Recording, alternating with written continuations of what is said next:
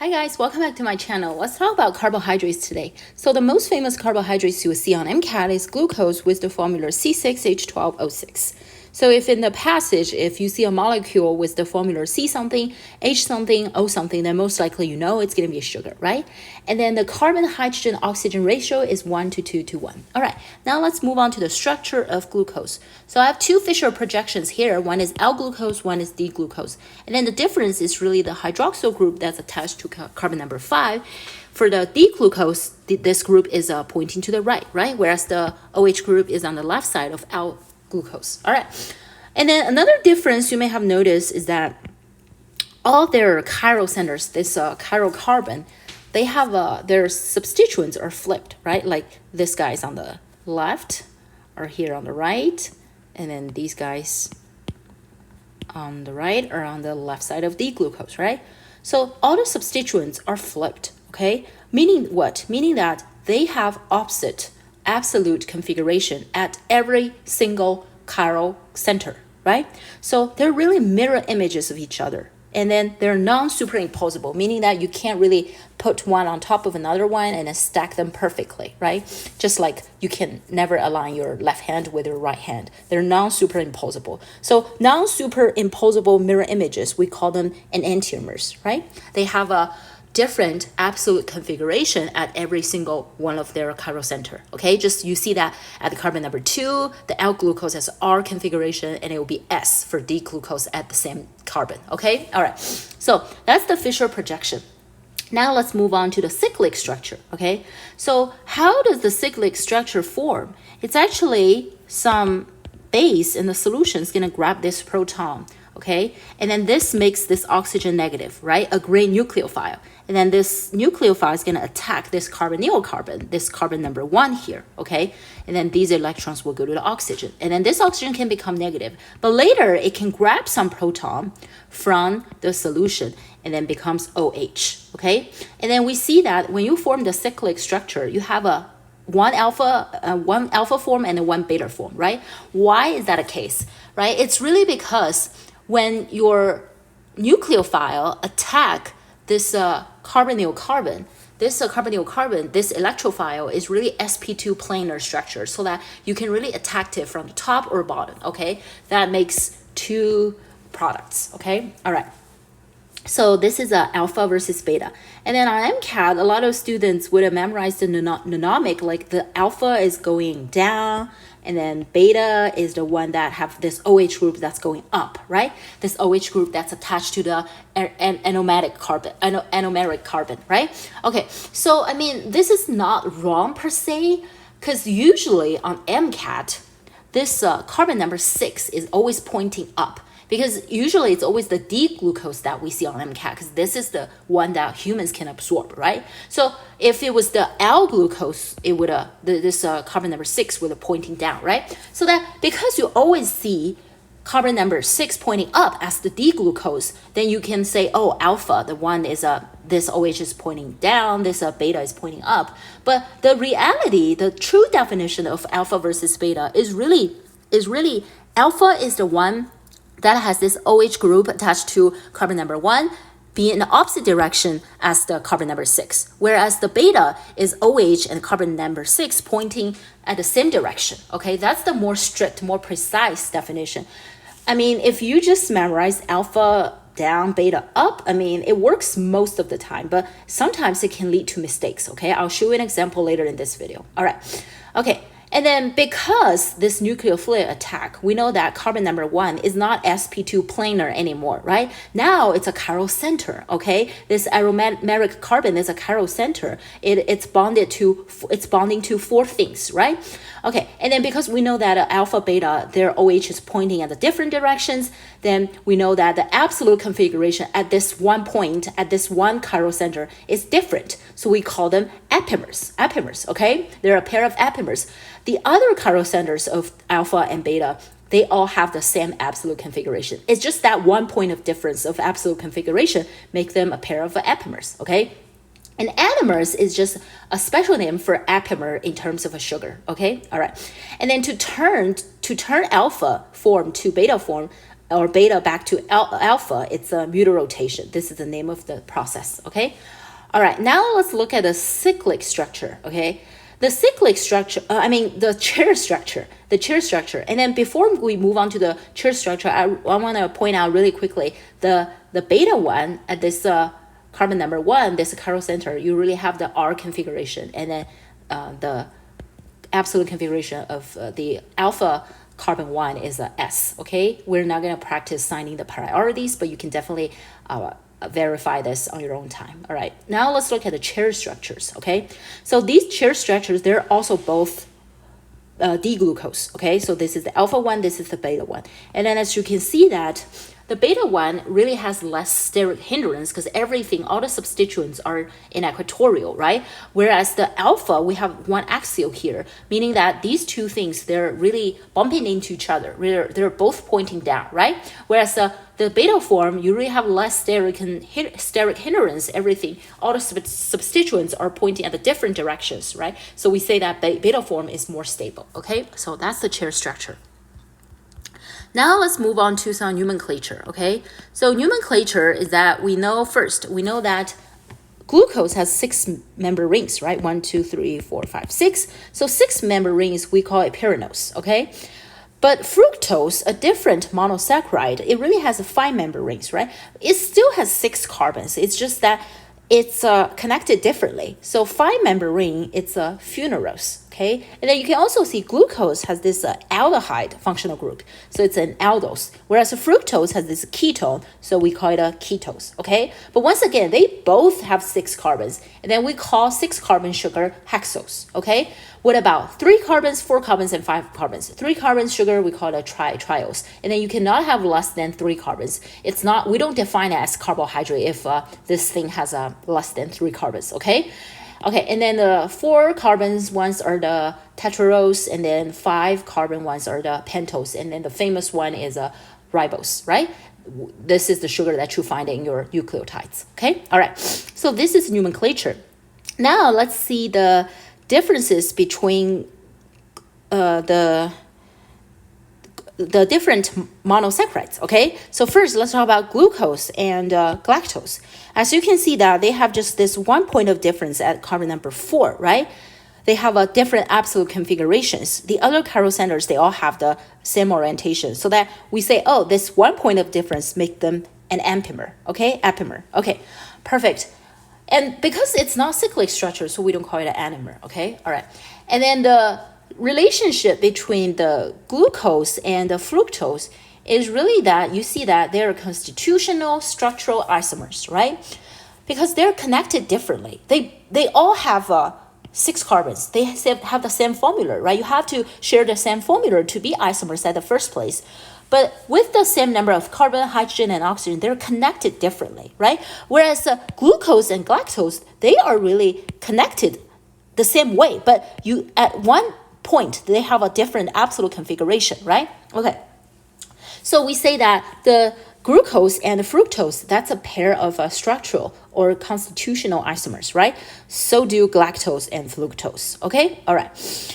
That is monosaccharides. Now let's link the monosaccharides together and then to get disaccharides, okay? So if you link 2 monosaccharides together, you get a disaccharide, right? If you link a ton of monosaccharides together, you get a polysaccharide. And then the most famous one is glycogen, right? When your body want to store energy, store the glucose that you consume, they don't store it in the form of this monomer glucose. They link them together, right?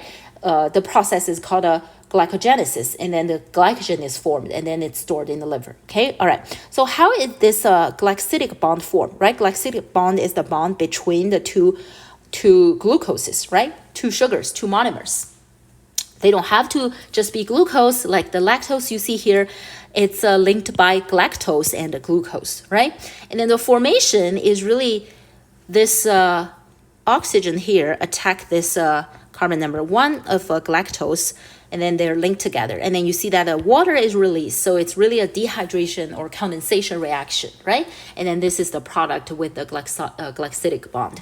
And then this mechanism also applies to other macromolecules like protein, right? How you form the peptide bond is also through this dehydration condensation, and also how you form the sugar backbone of DNA, right? And also how you form the fat, okay? All right, so that's a glycidic bond. Let's break the bond, okay? So when we break the bond, we call it a hydrolysis, right? So to make the bond, we would remove water. So to break it, we add water molecule, okay? We're gonna add water molecule to break the bond. And then why do we break the bond? Because we know that the oxidation phosphorylation, the glycolysis, and then also the TCA cycle and then electron transport chain where you do oxidative phosphorylation, these are really metabolize a single glucose, a monomer, right? A monomer, not the glycogen, not in the glycogen form that we're metabolizing it. So that we really need to free the monosaccharides for metabolism, okay? All right, and then the enzymes that do the hydrolysis, there are two you want to know for MCAT. One is the glycosidase, and then another one is amylase, okay? All right, so that's a glycidic bond. Now let's link those sugars together. Let's link the monosaccharides together to form some disaccharides, okay? And then there are 3 disaccharides you need to know for MCAT. One is sucrose, lactose, and maltose, okay? So we're gonna start with the maltose and then lactose and the sucrose, okay?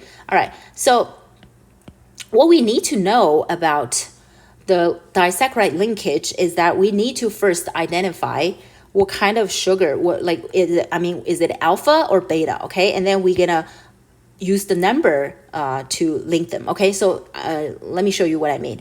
Okay, so this sugar, okay, it's a glucose plus a glucose, right? So what is it the alpha or beta? Okay, so let's find the OH that's attached to carbon 1, right? Which is this, okay? Which is this. And then the carbon number 6 is really pointing the different direction, right? So we know that this sugar is alpha, this glucose is alpha. And then the linkage is this is carbon number 1, right? And the link to this carbon is carbon number 4, okay, of the other glucose. And then what about this glucose? Is this alpha or beta? And then let's still, again, find the OH group that's attached to carbon number 1, so that it is pointing down, and then this guy is pointing up, right? So we say, oh, the different opposite directions, it's also an alpha. So on MCAT, you can see alpha 124 alpha, or alpha 124, or simply alpha 124, okay? All right, this is the linkage, okay, of this disaccharide. All right, now let's look at lactose. Lactose is another disaccharide, okay? So another disaccharide, let's first analyze the the glucose. Let's first do this one first, okay? So glucose, let's see, this is a OH here pointing down, and then this is pointing up, different directions. So this is a alpha, right? Okay, and then this is number 4, this is carbon number 1. So we just need to know if this lactose is a alpha or beta, okay? So let's take a look. So that this drawing convention is not indicating that there's an extra carbon, this kink here. No, it's really the drawing convention saying that this OH, the original OH, it's pointing up, okay? Whereas this kink means that this OH originally is pointing down. But you see, if it once goes up, once goes down, you can really join them, you cannot connect them, right? It's weird to draw it. So that this convention is that there's a kink here, meaning that this OH is going up, okay? So not extra carbon of the kink, okay? All right, so that this OH is going up, then what about this, right? It's also going up, the carbon number 6, so it's a beta one, right? So it's really beta 1, 2, 4, and then alpha, okay? So on MCAT, you might just see beta 1, 2, 4, okay? But just so you know, this is the alpha glucose, okay? All right, now let's do sucrose. Sucrose is really a special one, okay? So let's see.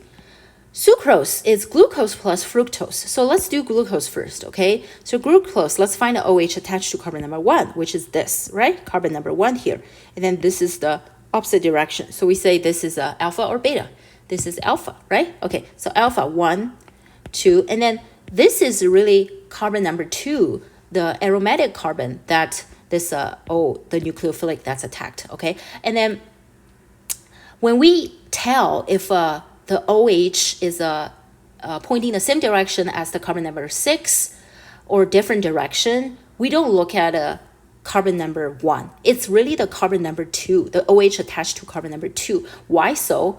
Because this is the structure of fructose. Because if it's ketone, right, it's a ketose, then when we attack, we don't attack carbon number 1, right? Because the ketone is at carbon number 2 that we attack, so that it's really this like that, okay? So that this carbon number 2 is the anomeric carbon for fructose when it's in the cyclic structure, okay? So the OH that we're gonna look for, is really this, right? And then its relation, it's pointing down, right? But what about the carbon number 6? It's also pointing down, right? So they're both pointing the same direction. So we say that this is really alpha 122 beta, right? This guy is beta, it's a beta glucose. So if you simply just remember, oh, beta up, alpha down, then you would think this is alpha, right? Because this OH is pointing down, right? But really, I said, once again, the more strict definition is the beta one is you have this OH attached to anomeric carbon, which is pointing in a different direction than the carbon number 6, right? Whereas alpha is really the OH attached to anomeric carbon that's pointing the same direction as the carbon number 6, okay? So that on MCAT, if they're nice, they would just test you it's alpha 1 to 2, but just so you know that this fructose is really beta, okay? So they can write alpha, beta, 1 to 2 as well, okay? All right, so now let's move on to if these sugars are reducing sugars or non-reducing sugars, right? Okay, so why can sugars be reducing agents at the first place, right?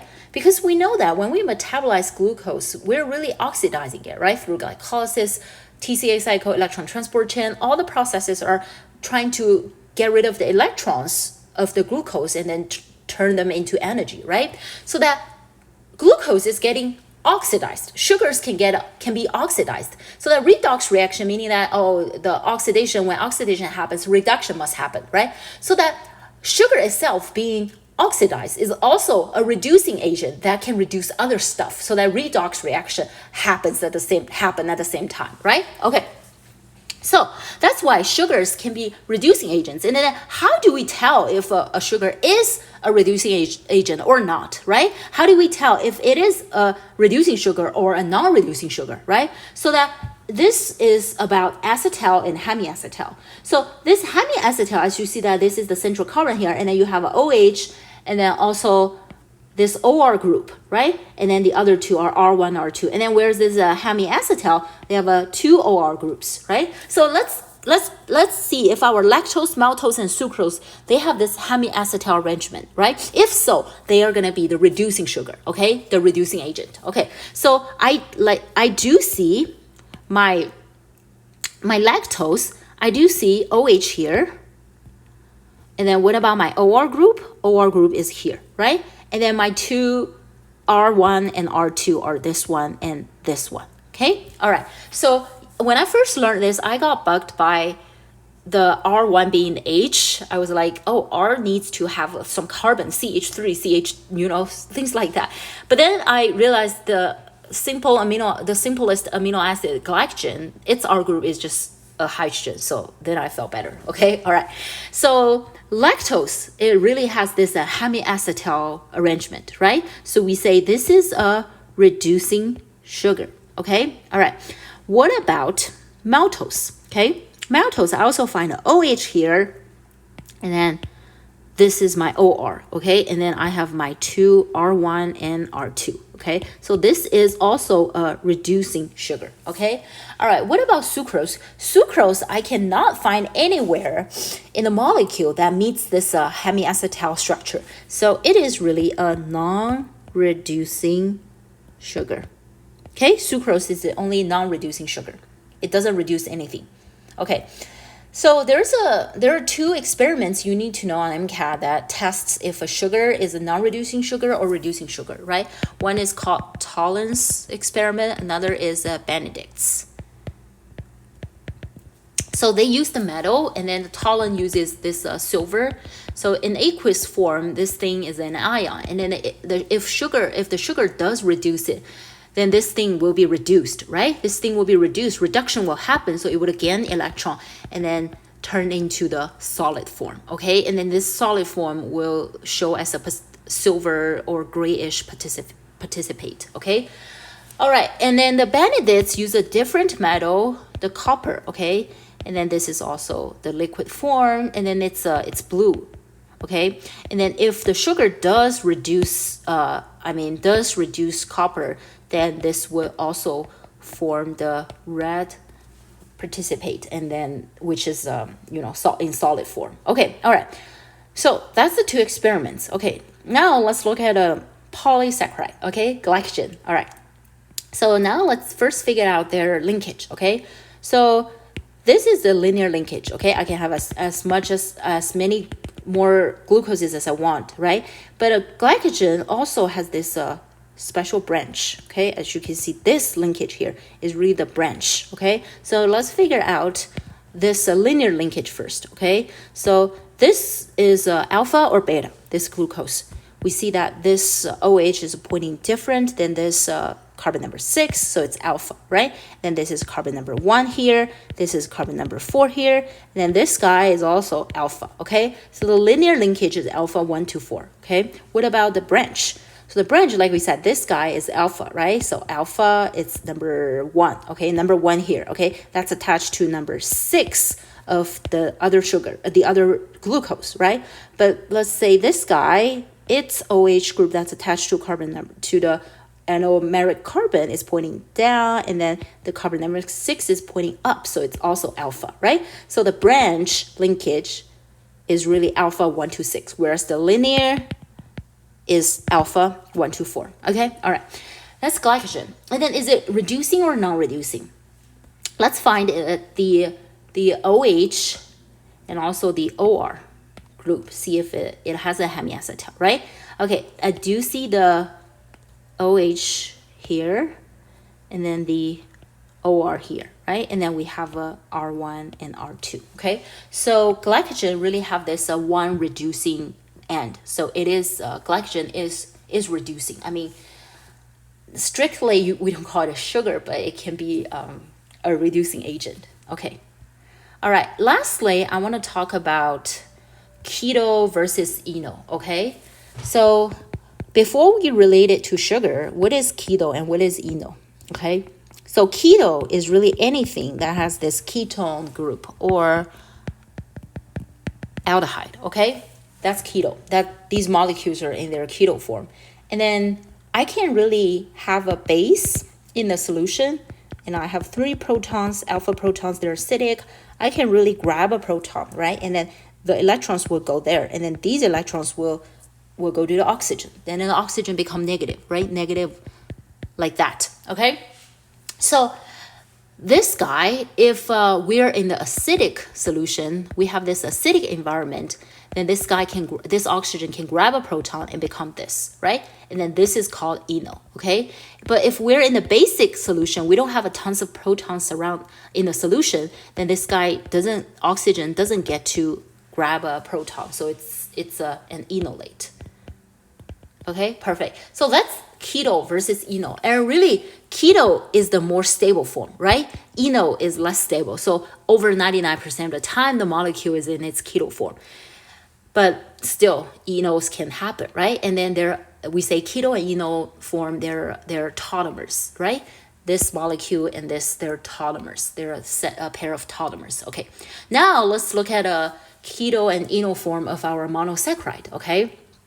So as you can see, I have a glucose here, right? A D-glucose, okay?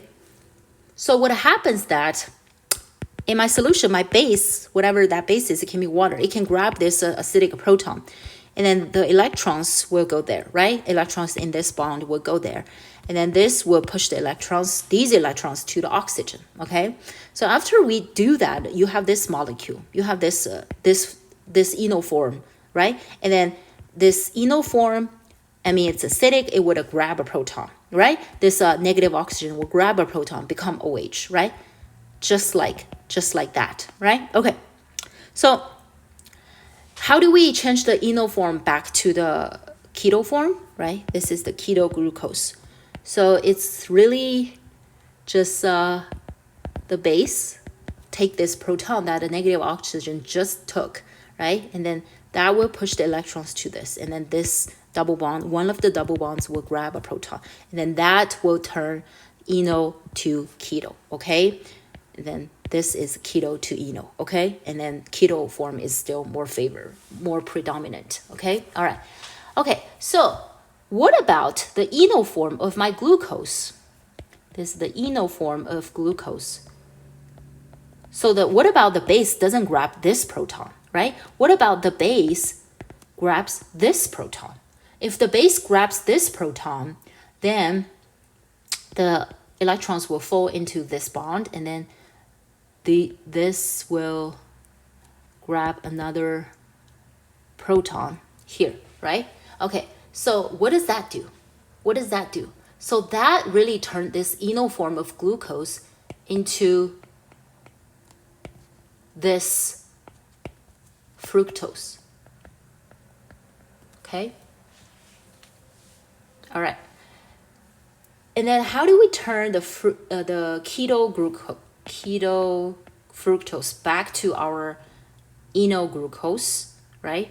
So what happens is that you have a base, there's a proton here, you grab this proton, and then this will push the electrons to here, and then like that, okay? So that is how you turn the keto to the enol, okay? I mean, I should draw this black arrow longer, okay, indicating the keto form is favored, okay? So yeah, that's all I have for you about carbohydrates. If you found the video helpful, please subscribe, share, and like.